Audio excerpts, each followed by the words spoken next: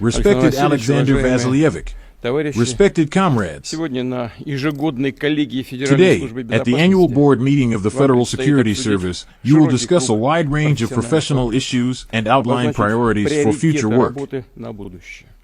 I would like to note that all the tasks set last year were generally carried out at a high level, and the specific results of your activities demonstrate that the FSB is a strong, reliable, and effective link in the national security system. Your specialized units acted promptly and competently, defended Russia's sovereignty and national interests, protected the rights of our citizens, reliably safeguarded the constitutional order, fought against terrorism, extremism, and crime, and conducted complex counterintelligence operations.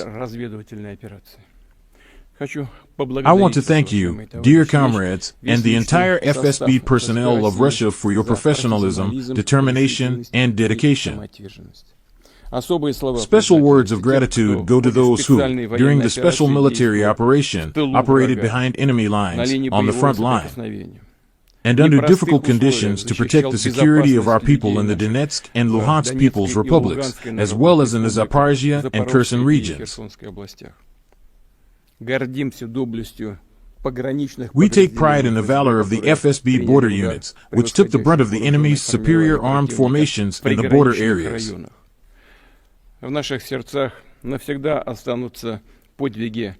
The feats of the fallen FSB officers, border guards, special forces fighters, and other units who gave their lives for the motherland but did not waver or retreat will forever remain in our hearts. I ask you to honor the memory of our fallen comrades with a moment of silence.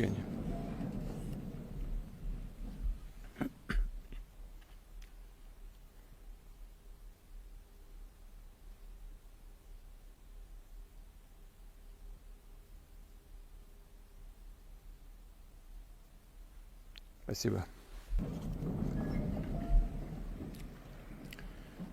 Respected participants of the meeting, you see, we all see how rapidly the world is changing, how the global situation is evolving. In this regard, I would like to note that the initial contacts with the new American administration inspire a certain degree of hope. There is a mutual willingness to work towards restoring interstate relations and gradually addressing the enormous accumulation of systemic and strategic problems in the global architecture. It was precisely these problems that, at one time, provoked both the Ukrainian crisis and other regional crises. It is important that our current partners are demonstrating pragmatism, a realistic view of things, and are abandoning many stereotypes, so-called rules, and the messianic ideological cliches of their predecessors. These predecessors, in fact, led to the crisis of the entire system of international relations and, as we can all see, began to internally destabilize the Western community itself. This is evident in the economic problems of many Western countries as well as in their domestic politics. We all see this.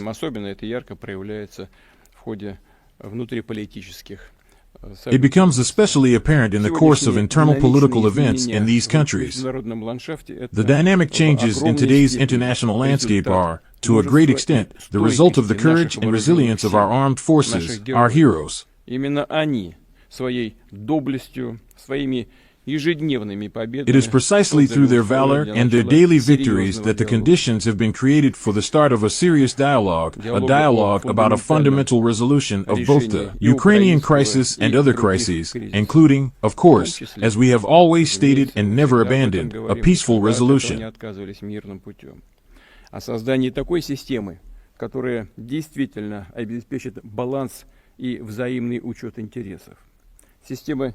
A dialogue about creating a system that truly ensures balance and mutual consideration of interests, a system of indivisible European and global security, one that is built for the long term, where the security of some cannot be ensured at the expense of or to the detriment of others, and certainly not at our expense, not at the expense of Russia.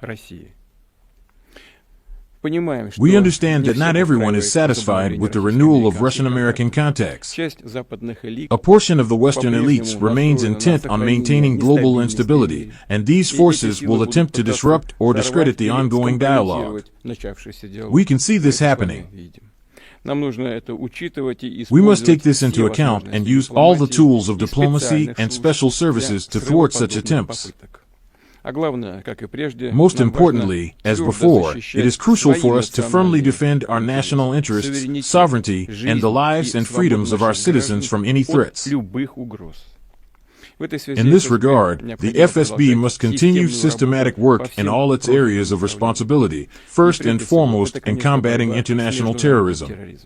I note that over the past year, the number of terrorist-related crimes has increased, and more than half of them were planned and organized by Ukrainian special services and their handlers. The FSB, along with other agencies and law enforcement bodies, under the coordination of the National Anti-Terrorism Committee, must make the most effective use of available resources.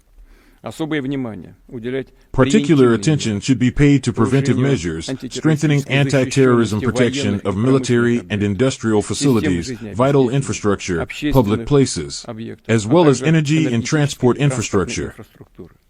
The work to enhance the counterterrorism capabilities of FSB units in the regions of Donbass and Novorossiya must also continue.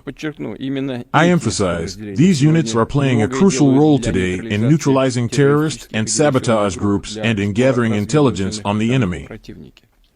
Serious additional measures must be taken to protect the state border. We need to further increase border security density in potentially dangerous areas and, in coordination with Army units, the National Guard Rosgvardia, the Ministry of Internal Affairs, and local authorities, ensure the safety of people in border settlements. We must combat extremism and terrorism decisively and offensively, preventing any attempts to divide and fracture our society, to incite conflicts between representatives of different nationalities and religions. We clearly understand that this is one of the attack vectors against Russia, against our multinational and multi-confessional state.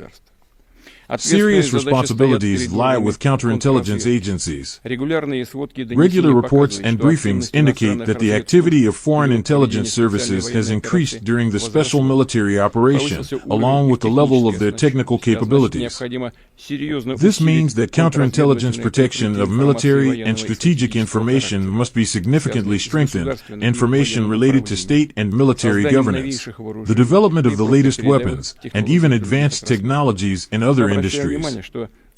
However, I want to emphasize, when it comes to civilian technologies and developments, this must be done not in a rigid, bureaucratic manner, but calmly, competently, and intelligently. The achievements of our scientists should not just be locked away in safes under classification, but should be quickly implemented in production, utilized in our domestic market, and contribute to the growth of our high-tech exports.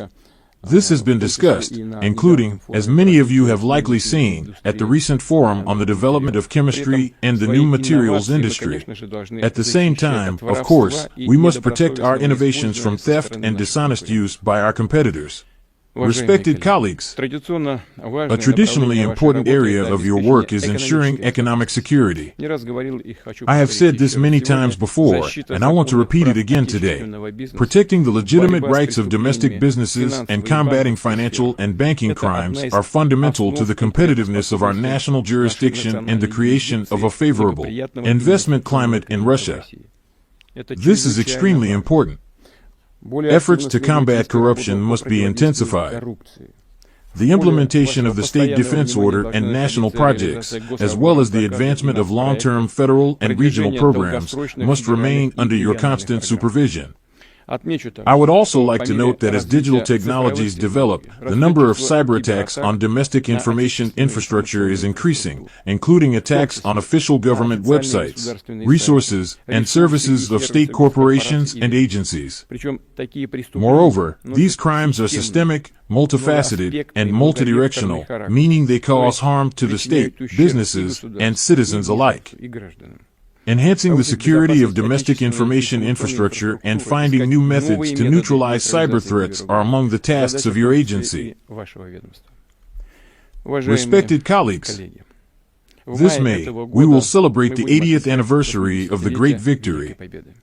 During the celebrations, as we congratulate our veteran frontline soldiers, we will, of course, also gratefully remember the heroes of our national special services, intelligence officers, counterintelligence personnel, smirch fighters, and border guards who made a truly invaluable contribution to the defeat of Nazism and its accomplices. Bandera supporters, OUN members, and all kinds of traitors and collaborators. Modern history also holds many examples of the true bravery and self-sacrifice of our fighters, our comrades. I am convinced that the current generation of defenders of the motherland, including FSB personnel, will faithfully uphold the traditions of their predecessors, those who, in the times of the Russian Empire, the Soviet era, and modern Russia, defended the interests of the fatherland and ensured the security of our country and our people. Respected comrades, I wish you success and thank you for your attention. I thank you for your service.